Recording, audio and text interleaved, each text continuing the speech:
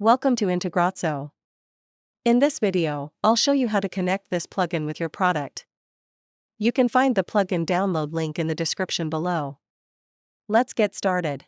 After activating the plugin, go to the plugin setup page from your WordPress dashboard.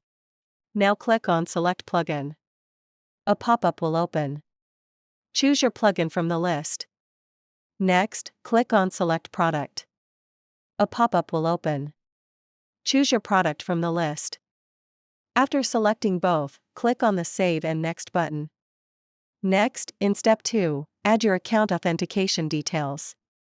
First, enter your account name for identification. Next, select your account data center name. Next, click the Authenticate and Next button. Now it will redirect you to your Zoho account. Here, review the permissions and click Accept. After that, it will redirect you back to the WordPress plugin page. Now we're in the Map field section.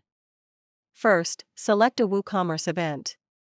Here you can trigger from the following list, so check and choose from the list. For this, I choose the customer created event. Now, select the required action from the drop-down menu. Next, choose the organization from the list. After selecting both, click on the Save and Next button. Now the field mapping area will open. On the left side, the WooCommerce fields will appear, and on the right side, the product fields will appear. Here, simply map the fields. After completing the field mapping, click on the Save Mapping button. Now the integration is completed successfully. Next, go to the Setup page. Here, all your integrations will be listed. You can enable or disable any integration using the toggle button. Next, click on the Logs tab at the top.